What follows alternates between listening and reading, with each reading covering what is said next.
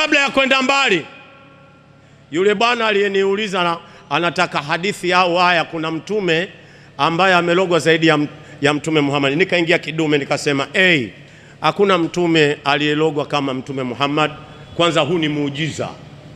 Nikaingilia hapo kidume nikasema ni muujiza kwamba hakuna mtume aliyelogwa kama mtume Muhammad. B, kama vile hakuna Mungu aliyekufa msalabani kama Yesu. Kwa hiyo Muhammad kukalogwa peke yake, na kule hakuna Mungu aliyekufa kama Yesu. Ngoma ikawa draw. Short and clear. Short and clear. Wewe unashindwaje kuniombea dua mimi? Kuna watu leo mmekuja kuswali hapa Ijumaa hapa, muda mliokaa msikitini mnaona kawe. Sasa nataka nikupe taarifa. Kiyama kitakuwa miaka 50,000. Siku moja kwa Mungu ni miaka 1000. Allah kuweka mambo yake sawa miaka 50,000.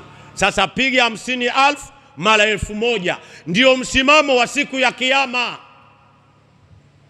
Kwa hiyo huu muda uliokaa msikitini wewe usiuchezee. Huu muda kwako ni adhim sana. Moleli, mchungaji Moleli, njoo kaka yangu, njoo mdogo wangu. Oneni wa Masai hao.